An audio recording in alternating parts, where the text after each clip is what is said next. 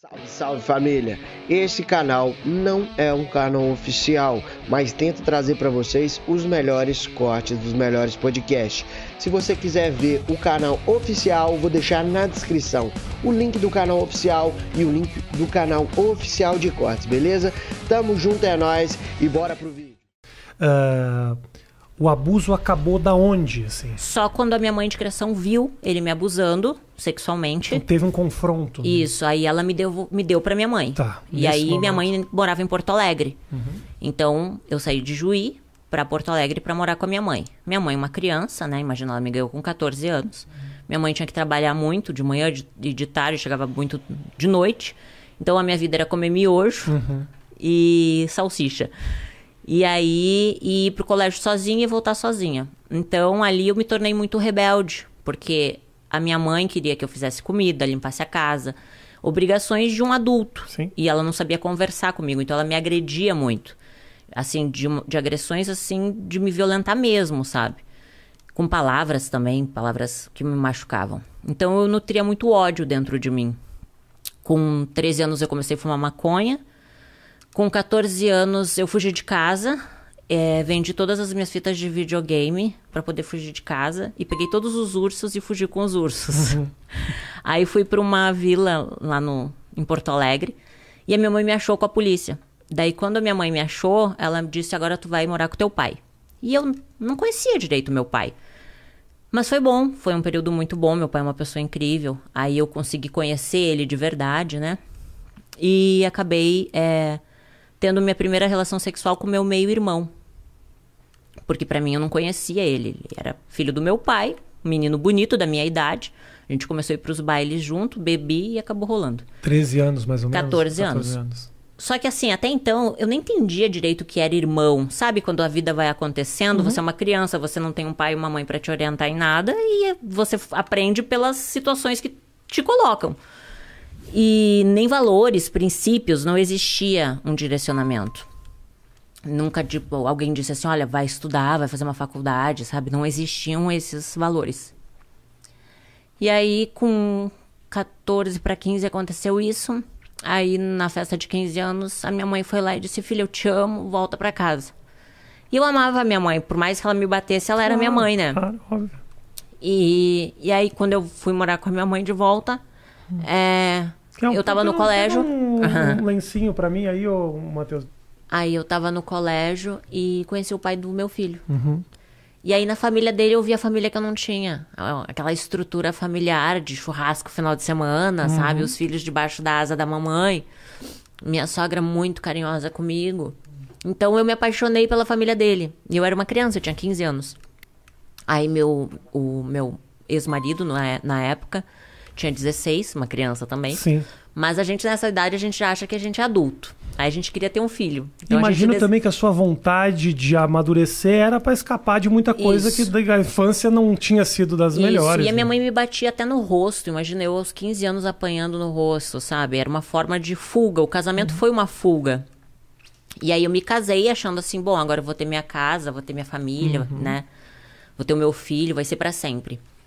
Só que quando eu me casei, eu era uma criança. Então eu morava com a minha sogra e foi maravilhoso. Aos 21 anos, quando a gente foi morar sozinho, eu e ele, a gente comprou um apartamento, eu me vi uma criança cuidando de outra criança, mimada, porque minha sogra me mimava. Eu não sabia cuidar da casa. Então eu brigava por causa de um copo de água na pia, uma toalha em cima da cama, sabe? Então... Nosso casamento virou um inferno, porque eu não sabia ser uma boa esposa, eu não sabia. Difícil, você era uma criança. Eu era uma criança. E aí, aos 21 anos, só que ali, Rafa, a ambição cresceu dentro de mim. Porque eu comecei a ver as pessoas... Sabe quando você começa a ver o mundo? Pô, a pessoa tem carro, eu quero ter um carro, sabe? Eu quero me vestir bem.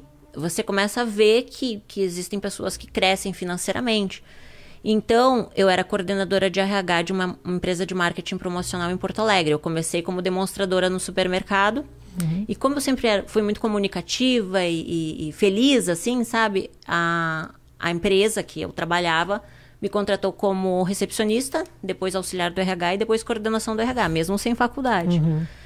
E aí eu dava o meu melhor, sabe? A primeira a entrar, a última a sair, sempre fiz direitinho o meu trabalho e sempre cresci assim.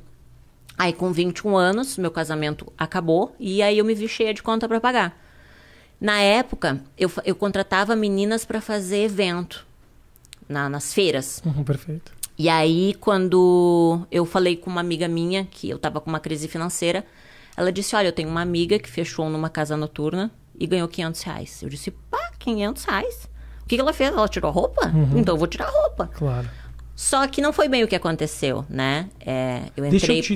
Eu não queria te interromper, essa história, ela tá muito bem contada, essa história, mas eu tenho um momento que a gente estava conversando, antes da gente trabalho na noite, que foi esse momento, teve um momento aqui que a gente estava conversando que você se emocionou, que foi quando você falou do começo dessa relação lá atrás. Por que especificamente esse ponto é um ponto muito sensível para você?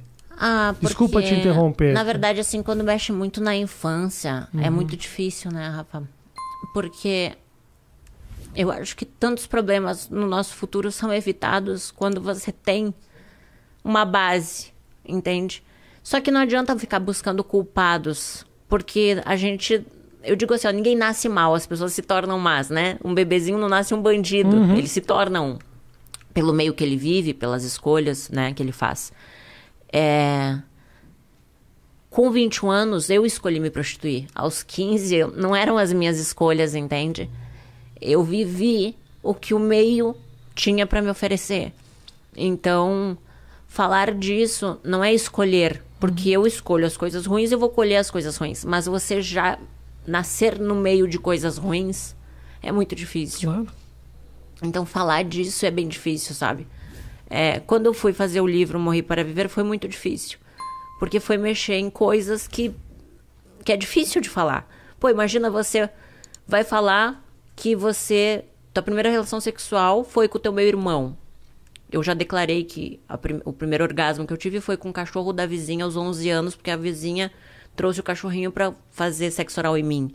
E são coisas que eu falo, 11 anos. São coisas que eu falo, Rafa, por quê? Porque me trouxe culpa há muito tempo. Durante muito tempo, a culpa, ela tava me matando. Falar sobre isso e ajudar as pessoas que ainda vivem esses traumas. Com certeza, entende? Claro. Porque a sociedade, ela é uma sociedade que ela te cobra ser o melhor, ter o melhor, ser o mais inteligente, ter a melhor faculdade, né? Como se você fosse só valer algo se você tem aquilo que o mundo fala que você tem que ter.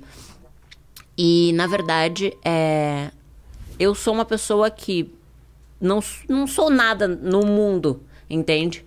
Mas eu entendi que, às vezes, quando a gente fala sobre determinados assuntos, você ajuda a curar feridas. Quando você fala o que você sofreu, você tira um peso de dentro de você, você tira uma pedra que muitas vezes te leva à depressão. E você escondeu essas histórias durante muito tempo? Esconder durante muito tempo. Então, hoje eu entendo, escrevendo livro, fazendo acompanhamento com psicólogo, com psiquiatra, eu consegui entender que, na verdade, muitas das minhas emoções estão relacionadas à minha infância, né? Estão relacionadas aos meus traumas, à rejeição. Eu sempre tive muito medo da rejeição. Então, eu já rejeitava com medo de ser rejeitada. Eu não conseguia ter relacionamentos duradouros com homens porque eu fui abusada sexualmente. Então, eu não conseguia confiar em homem. Então, eu vi que muitas coisas que aconteciam na minha vida era uma bagagem que eu levava, uma mochila nas minhas costas. Então, quando eu fiz o livro Morri para Viver, foi justamente botar esse lixo para fora, sabe? Foi entender que, assim, eu não posso mudar o passado. Claro. Ele existe.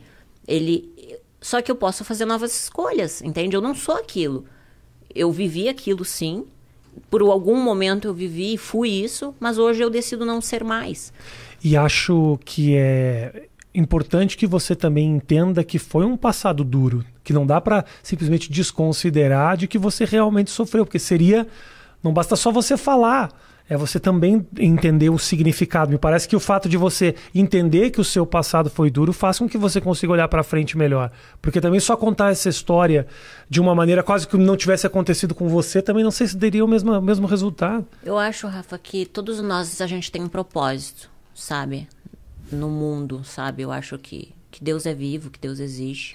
E Ele dá essa oportunidade pra gente, assim, de aprender. Eu acho que tudo que a gente sofre, a gente aprende. E hoje, olhando tudo que eu passei, eu vejo que mesmo a dor ensinou. Talvez se eu não tivesse passado por tudo que eu passei, eu não seria a pessoa que eu sou hoje, entende? Eu não teria os valores que eu tenho hoje. Eu precisei sofrer, eu precisei passar por tudo isso. Quando hoje eu converso com uma mulher que já passou abuso e ela ainda não conseguiu perdoar, eu consigo saber o que ela sentiu.